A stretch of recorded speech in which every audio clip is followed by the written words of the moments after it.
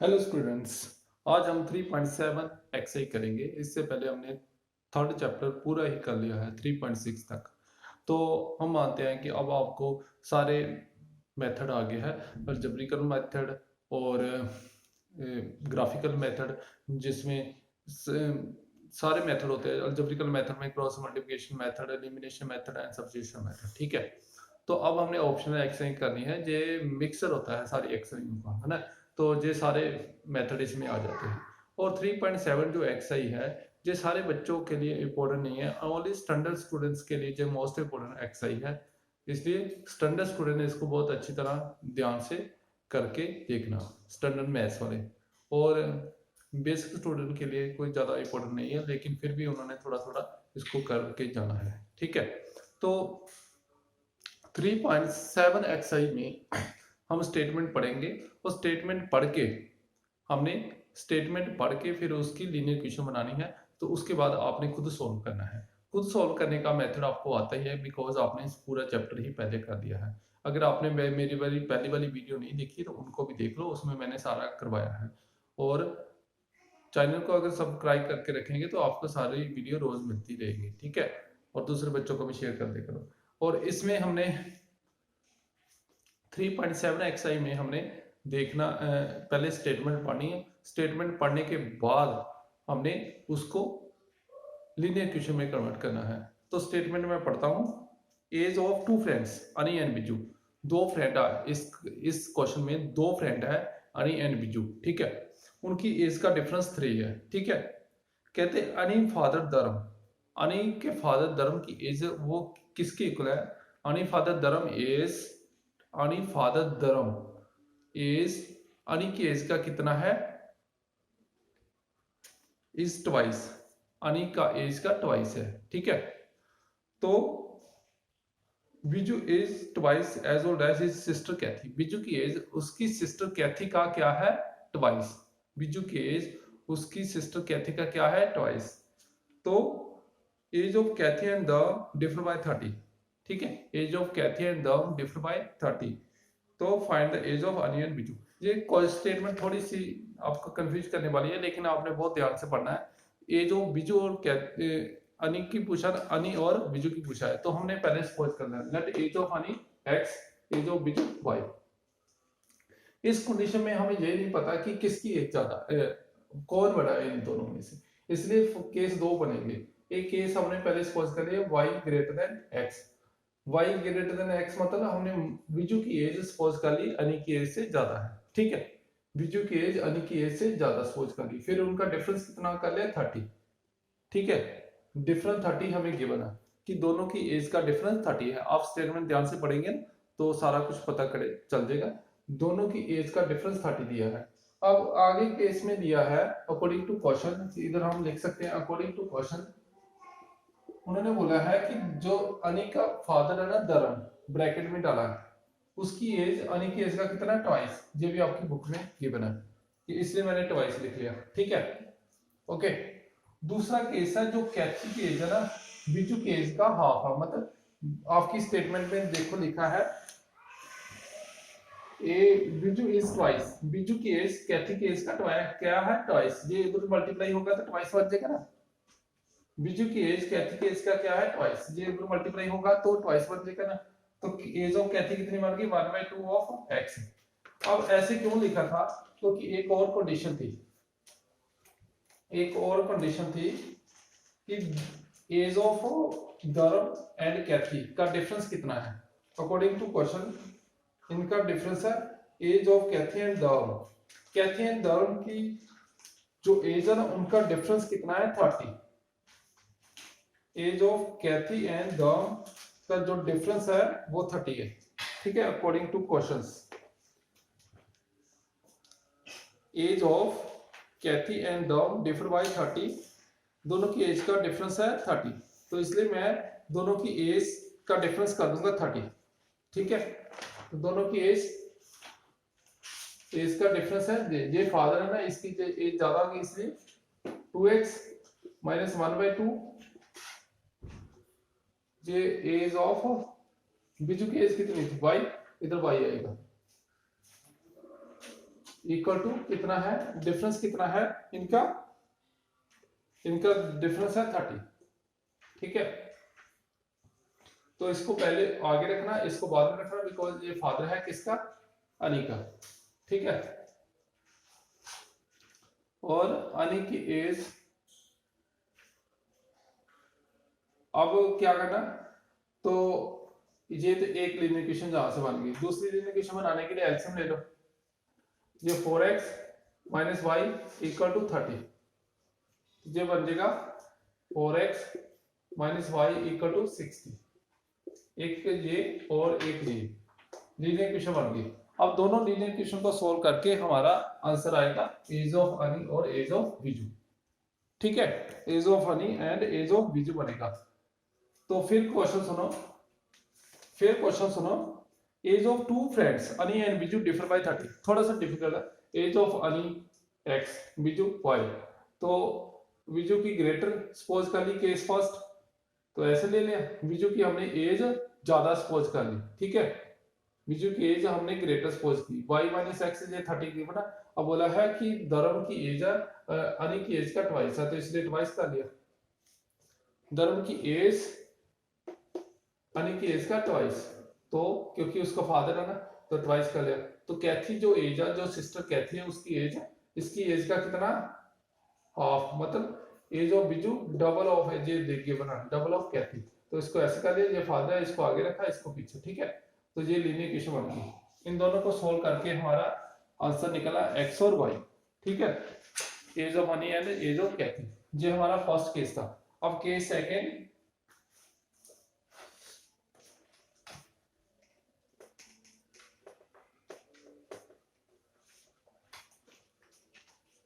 पहले केस को आपने सोल्व करना। अब दूसरा केस है केस सेकंड। वेन हमने सपोज किया कि अली की एज ज्यादा है बिजू से, तो फिर डिफरेंस कितना, 30। ठीक है, और जब हमने सपोज किया कि अली की एज बिजू से ग्रेटर है, x ग्रेटर देन y, तो दूसरा कंडीशन वही है, 2x minus y by 2 equal to कितना, धर्म की एज और कैथी की एज का डिफरेंस कितना, 30। जी केस सेकंड। ठीक है, इसको फिर सॉल्व कर लेते हैं। 4x minus y equal to 60, 4x minus y equal to, ये इसके साथ मल्टीप्लाई होगा, ये इधर मल्टीप्लाई होगा। ठीक है, ये 60, ये 2 का नाम, इसको 4 का नाम दे दो, इसको 3 का नाम दे दो। ठीक है, अब इन दोनों केस को भी हमने सोल्व करना है। एक एज ऑफ हनी और एक ऑफ बिजू इधर से आ जाएगी, एक इधर से आ जाएगी ना, इधर हमने x और y इधर भी फाइंड करना, एक x और y फ्रॉम 3 एंड 4 फाइंड करना, 3 एंड 4 फाइंड करना। तो एज ऑफ हनी और एज ऑफ बिजू इस केस में भी आ जाएगी, इस केस में भी आ जाएगी। अंडरस्टैंड? ओके, ये इतना का आपका काम है। बस प्रॉब्लम कहाँ आती है, ये वाले समझने में आती है प्रॉब्लम। ठीक है, तो ये हमने समझा दिया। और अगर आपको थर्ड चैप्टर आता है तो ये आप खुद फाइंड कर सकते हैं सोल्व करके, 3 और 4 और 1 और 2 को सोल्व करके। दो केस बनेंगे, पहला केस जब y ग्रेटर देन x, दूसरा केस जब x ग्रेटर देन y। ठीक है, अंडरस्टैंड करो।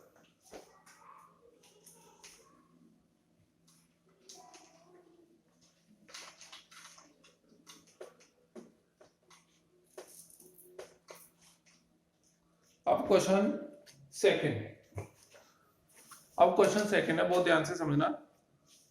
इसकी भी लीनियर इक्वेशन मैं बना दूंगा, सोल्व आपने खुद करना, लीनियर इक्वेशन में बना दूंगा। ओके, तो वन से डेट, एक पर्सन दूसरे पर्सन को बोलता है गिव मी 100, अब मुझे 100 रुपीज दो, and I shall then become twice as rich as you. कहता मैं उसका, जितने तेरे पास पैसे होंगे उसका मैं तुझे डबल दूंगा। देन अदर रिप्लाई, दूसरा पर्सन कहता है इफ यू गिव मी 10, अगर तू मुझे 10 रुपए देता है तो I shall be 6 time as rich as you, तो मैं इतने पैसे दूंगा जितने तेरे पास होंगे उसका 6 टाइम दूंगा। तो tell me what are the amount of their capitals. Let age of first, let capital of first friend, let capital of first friend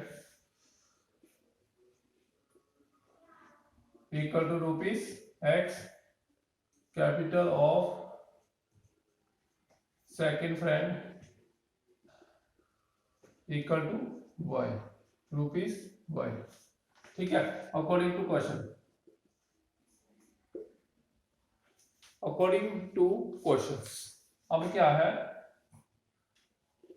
according to question पहला पर्सन बोलता है गिव मी 100, कहता है कि आप मुझे 100 रुपीज दो, इसमें सपोज एक्स में 100 ऐड कर दिए, कहता है आप मुझे 100 रुपीज दो तो मैं तुझे कितने दूंगा, जितने तेरे पास पैसे होंगे ना।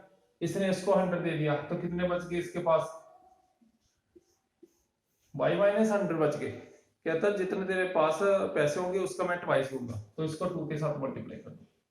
ठीक है, कहता तू मुझे 100 रुपीज दे, इसमें 100 ऐड होंगे, उसमें कितने 100 कम होंगे। ठीक है, जो बन गया x प्लस 100 2y माइनस 200, जो बन गया x minus 2y equal to 200, जो उधर जाके माइनस हो गया x minus 2y equal to minus 300। ये एक लीनियर इक्वेशन बन जाएगी। ठीक है, ये एक लीनियर इक्वेशन बन जाएगी। और दूसरा case again according to question, according to question फिर दूसरा पर्सन कहता है y कहता है गिव मी 10, वो y कहता है कि तू मुझे 10 रुपीज दे, इसमें 10 ऐड हो गए तो उसमें 10 कम हो गए। कहता है इसमें 10 जिससे जाएंगे वो माइनस होगा, जिसमें आएंगे वो प्लस होगा। कहता तू मुझे 100 रुपीज दे, 10 रुपीज दे, मैं जितने तेरे पास होंगे उसका 6 टाइम कर दूंगा। ठीक है, अब इसको भी सोल्व कर लेते हैं। y plus 10 equal to 6x minus 60, ये बन गया फिर 6x minus y minus 60 minus 10 equal to 0, ये बन गया 6x minus y minus 70 equal to 0। तो ये बन गया फिर माइनस 70 इक्वल टू 0। तो अब ये दूसरी लीनियर इक्वेशन बन गई। ठीक है, एक पहला केस था, वो कहता मुझे 100 रुपीज दे, इसमें कम हो गया उसका डबल हो जाएगा। ये कहता मुझे 10 दे, इसमें कम हो जाएगी, इसका 6 मल्टीप्लाई हो जाएगा। ठीक है, एक लीनियर इक्वेशन जहां से बन गई, एक जहां से बन गई। इनको किसी भी मेथड से सोल्व करना, जो भी आपको मेथड अच्छी तरह से आता है, कोई मेंशन नहीं है कि इस मेथड से करो। ठीक है, जिस मर्जी मेथड से इसको सोल्व करके देखना, उसमें से x और y मिलेगा। ओके, नेक्स्ट अब लिखो सॉल्विंग 1 एंड 2, सॉल्विंग 1 एंड 2 जिस मर्जी मेथड से करना। ठीक है,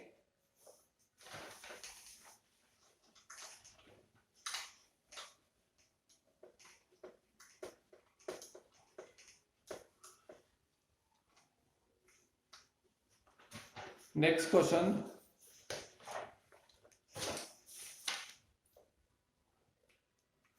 ए train cover a certain distance, एक train cover a certain distance at uniform speed, एक ट्रेन कोई डिस्टेंस एक स्पीड से कवर करती है। If train would have been 10 kilometre faster, अगर ट्रेन की स्पीड 10 किलोमीटर पर आवर के हिसाब से फास्ट कर दी जाए, मतलब ज्यादा कर दी जाए। If the train would have 10 kilometre faster it would have taken 2 our less, तो 2 आवर कम लगते हैं। अगर स्पीड ज्यादा होगी टाइम कम ही लगेगा। देन द शेड्यूल टाइम, जितना टाइम था उसमें से 2 आवर कम लगते हैं। If train were slower by 10, अगर ट्रेन की स्पीड 10 कम कर दी जाए तो it would have taken 3 hour more than the schedule time, तो उसमें 3 आवर ज्यादा लगते हैं। तो find the distance covered by train, तो डिस्टेंस हमें पता है किसके इक्वल होता है, हमें पता है distance equal to speed cross time. It mean speed और टाइम हमें सपोज करना पड़ेगा। Let speed of the train equal to x kilometre per hour, let speed of train equal to x kilometer per hour and time taken by train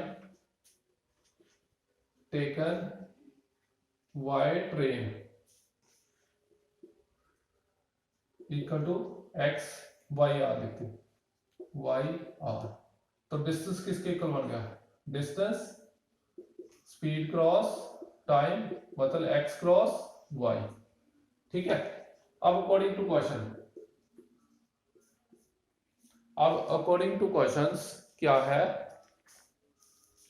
if train would have been 10 kilometre faster, अगर train की 10 kilometre fast हो जाए, train की speed 10 मतलब 10 plus हो जाए, अगर train की स्पीड 10 किलोमीटर पर आवर के हिसाब से ज्यादा कर दी जाए तो टाइम कितना लगता है 2 आवर लेस। तो डिस्टेंस तो वही रहेगा x इंटू वाई। ठीक है, एक लीनियर इक्वेशन जहां से बनेगी फर्स्ट कंडीशन से हम मल्टीप्लाई करते हैं पहले, x into y minus 2x 10y minus 20 equal to x into y. ठीक, ये कट गया, जो बन गया minus 2x plus 10y minus 20 equal to 0। तो अब 2 के साथ डिवाइड कर दो, जो बनेगा x minus 5y plus 10 sign change हो जाएगा इक्वल टू 1। ये कंडीशन एक बन गई हमारे पास। जब इसको नेक्स्ट सेकंड कंडीशन क्या है, अकॉर्डिंग टू सेकंड कंडीशन, तो पता क्या करना है इस क्वेश्चन में, find the distance covered by train, मतलब x इंटू y पता करना है, x और y की वैल्यू निकाल के दो इक्वेशन जो भी बनेगी x और y की निकाल के मल्टीप्लाई करना है। ठीक है, x और y की वैल्यू निकाल के मल्टीप्लाई करना है। ओके, अब क्वेश्चन है अगर if the train were slower by 10, अगर ट्रेन की स्पीड 10 कम कर दी जाए तो टाइम कितना लगेगा 3 आवर मोर लग जाएंगे। ठीक है, ऐसे लिखा ना 3 hour more than the schedule time, तो स्पीड डिस्टेंस वही रहेगा। ठीक है, अब मल्टीप्लाई करो x into y plus 3x minus 10y minus 30 equal to x into y. ठीक है, इसको इसके साथ, इसको इसके साथ, इसको इसके साथ, इसको इसके साथ।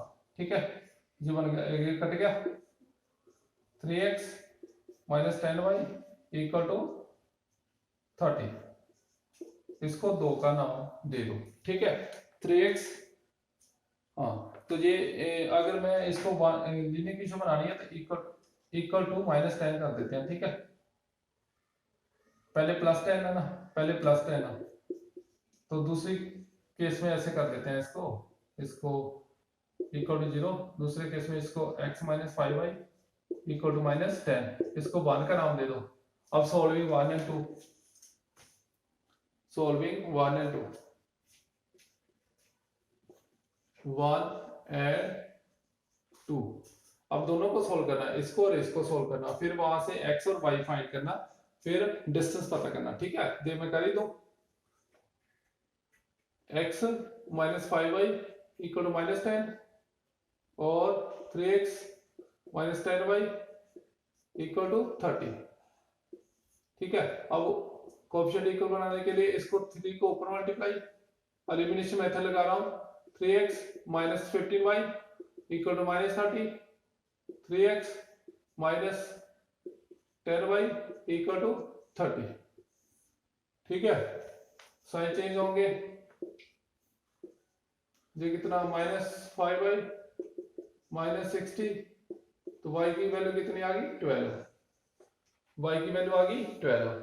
x पता करने के लिए put y equal to 12 in first में फिल कर दो, इसमें कर दो x minus 5 y minus 10 x minus 60 minus 10 x equal to minus 10 plus 60, x कितना बन गया 50।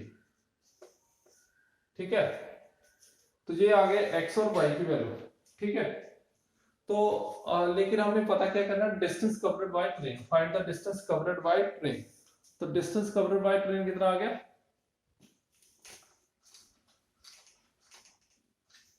9 distance covered by train equal to x into y. एक्स की वैल्यू कितनी है 50, वाई की वैल्यू कितनी है 12, जो कितना बन गया 600 kilometre distance covered by train. Okay, ये था हमारा थर्ड क्वेश्चन। ओके, अब हमने करना फिफ्थ क्वेश्चन, फोर्थ।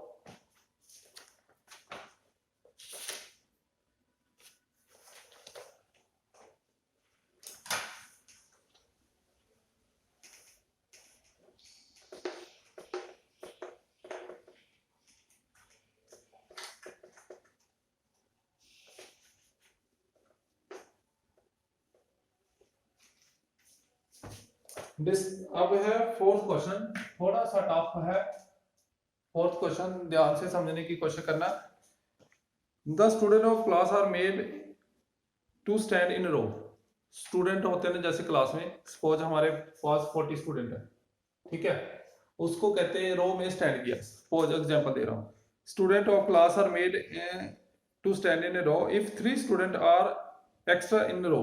अगर 3 स्टूडेंट हर रो में एक्स्ट्रा कर दे, 3 स्टूडेंट हर रो में एक्स्ट्रा कर दें, there would be 1 row less, तो एक रो लेस हो जाती है। ठीक है, एक रो लेस हो जाती है अगर 3 स्टूडेंट हर रो में, 40 स्टूडेंट है ना, सपोज स्टूडेंट है हमारे क्लास में 40, तो अगर 3 स्टूडेंट कम कर दें, हर एक रो से 3 student, student of class are made to stand in row if 3 student extra in a row, if 3 students are extra in a row there would be 1 row less। अगर 3 student हर रो में extra कर दे तो एक रो less हो जाती है। if 3 student are less in a row, अगर 3 student रो से कम कर दें तो 2 रो ज्यादा हो जाती है। 3 स्टूडेंट हर रो से निकालें तो एक रो 2 रो और बन जाती है। Find the number of student in class. Let number of student in class, let number of students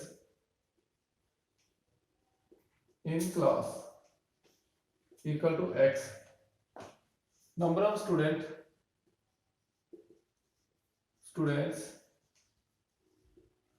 let number of students in class x, number of students in row equal to y। ठीक है, let number of row, let number of student in class x, number of student in class x, number of row equal to number of row equal to y। जैसे हमारे पास 40 student है, example दे रहा था पहले, 40 student है, अगर रो हमारे पास 10 है, नहीं नंबर ऑफ रो हमारे पास 10 है, तो नंबर ऑफ स्टूडेंट कितने होंगे रो में 10। ठीक है, तो जहां से हमारे पास एक आइडेंटिटी बन रही है, नंबर ऑफ स्टूडेंट्स ऊपर, नंबर ऑफ रो हमारे पास, तो number of student in row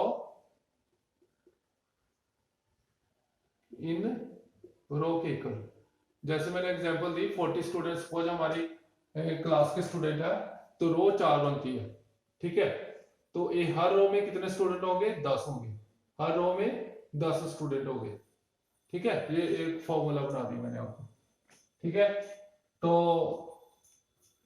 number of student in row, अगर ये मैं y सपोज कर लूं, ये मैं x सपोज कर लूं, तो नंबर ऑफ स्टूडेंट इन रो कितने बन गए y अपॉन x। ठीक है, y upon x, number of student in class कितने x ऊपर लिखना है, y इधर। ठीक है, अब according to question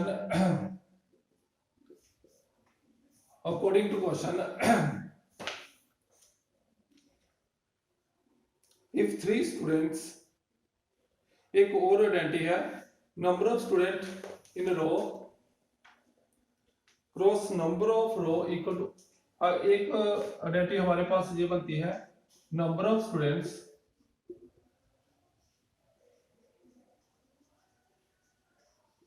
in row cross number of row equal to, इसको इसके साथ मल्टीप्लाई करते हैं, number of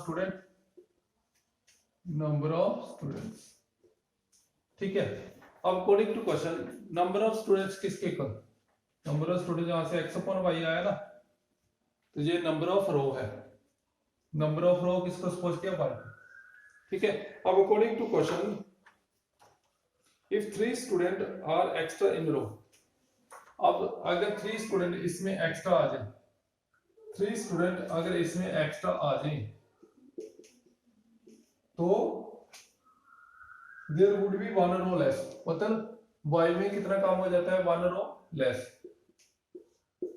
one row less हो जाती है, तो वो किसके इक्वल है, नंबर ऑफ स्टूडेंट के, मतलब x के, नंबर ऑफ स्टूडेंट के।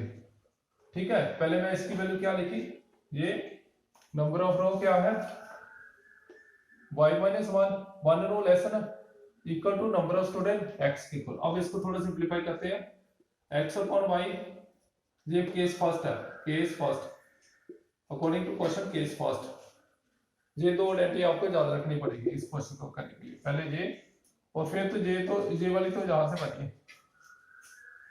ये वाली आइडेंटिटी यहां से बनी मल्टीप्लाई करके। ठीक है, अब इसको मल्टीप्लाई करते हैं, y x upon y 3y minus 3 equal to x, ये कट गया, x minus x upon y 3y minus 3 equal to x, इसको इसके साथ काट दो, तो ये कितना x minus x upon y plus 3y minus 3 equal to 0, ये बन गया x upon y minus 3y plus 3 equal to 0। ठीक है, अब ये रिड्यूसिबल वेरिएबल से करना पड़ेगा इसको, क्वेश्चन को रिड्यूसिबल वेरिएबल से। अब दूसरी कंडीशन क्या है, case second,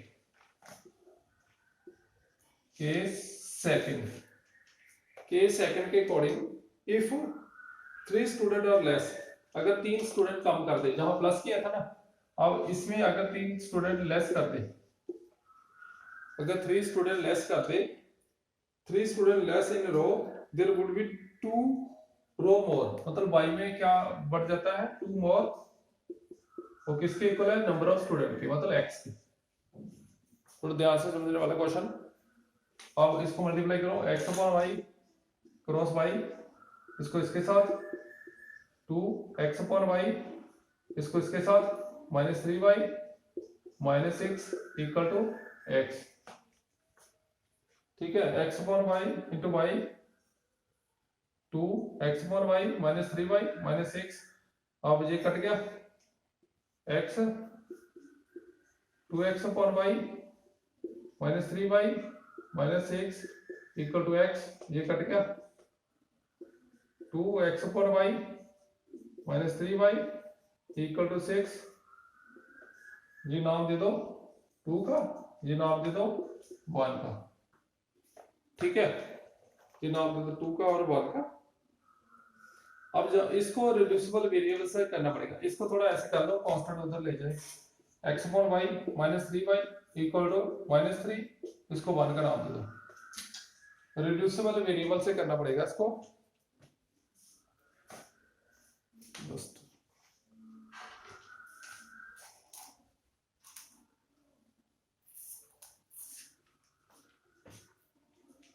put x upon y equal to u and y equal to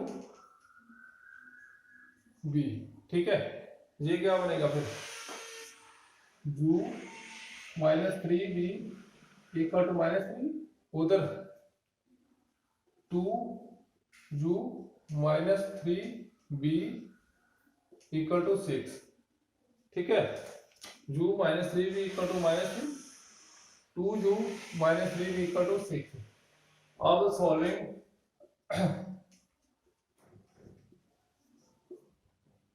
solving 3 and 4, ठीक है। सॉल्विंग 3 and 4 पता क्या करना हमने, find the number of student in class. Number of student in class मतलब x की वैल्यू पता करनी है, ठीक है। Number of student in class मतलब x की वैल्यू पता करनी है। तो 3 और 4 को सॉल्व करते हैं। तो इसको 2 के साथ मल्टीप्लाई, जू -3v इक्वल टू -3, 2 जू -3v इक्वल टू 6। मल्टीप्लाई करने की जरूरत नहीं पड़ी है ना। अब साइन चेंज कर दो,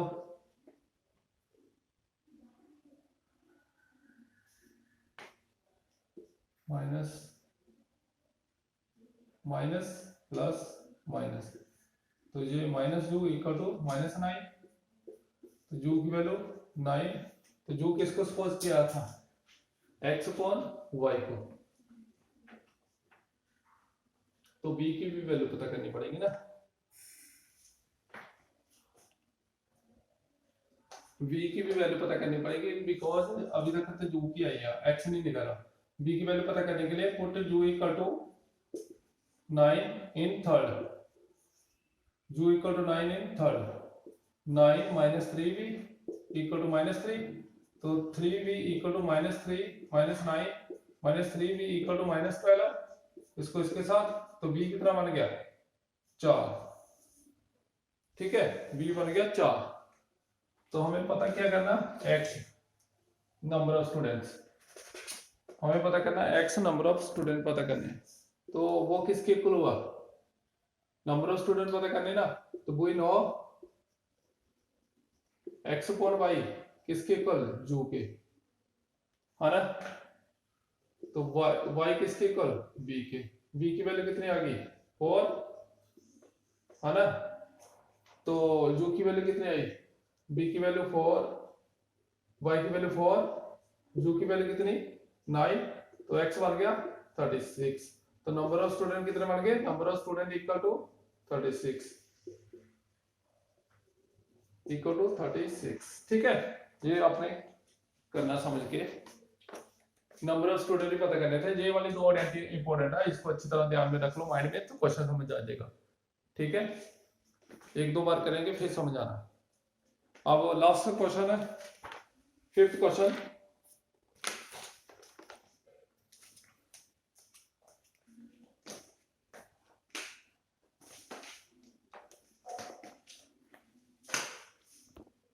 fifth question most important question.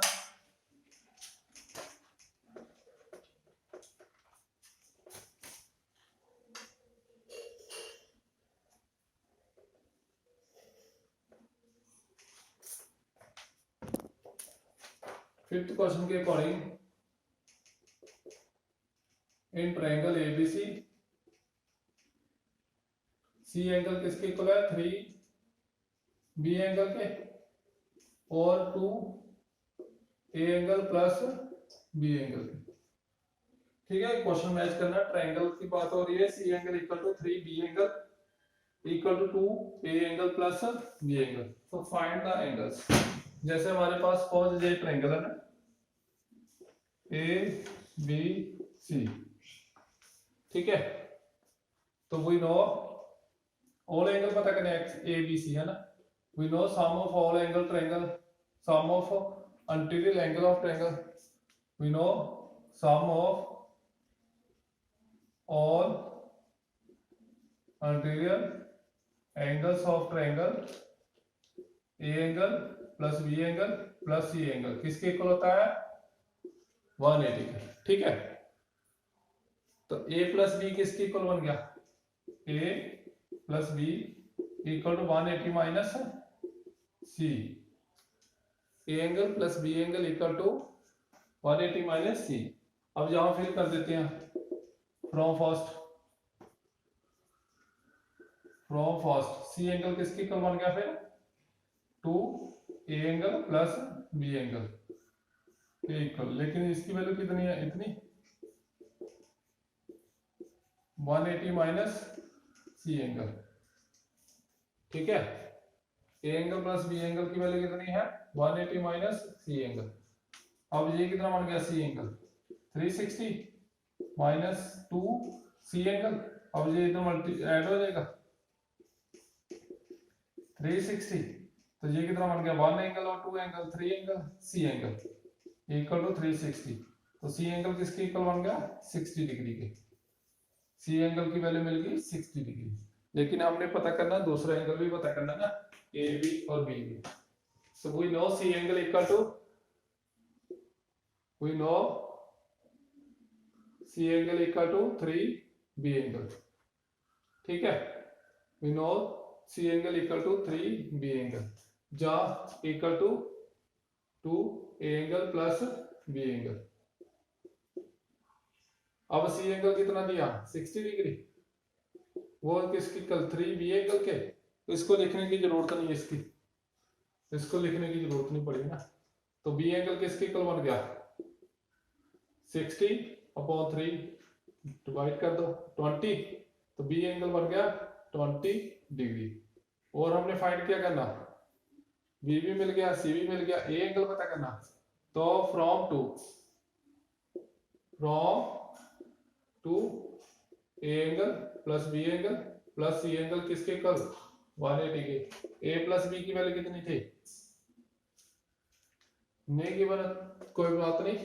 A angle B angle कितना 20, सी एंगल कितना 60, 180, तो ए एंगल बन गया 180 माइनस 80, तो ए एंगल बन गया हमारा 100 डिग्री, ठीक है। और ये 100, ये 20 और ये 60, तो बन गया ना 180 सबका टोटल। इट मीन क्वेश्चन ठीक है, ठीक है।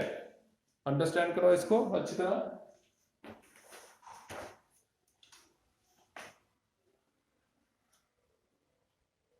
बी एंगल का आंसर आ रहा है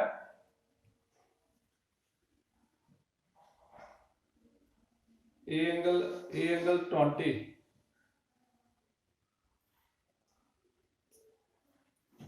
बी एंगल में प्रॉब्लम आ रही है। बी एंगल हमारा आ रहा है 40 डिग्री आंसर में, ए एंगल आ रहा है 20।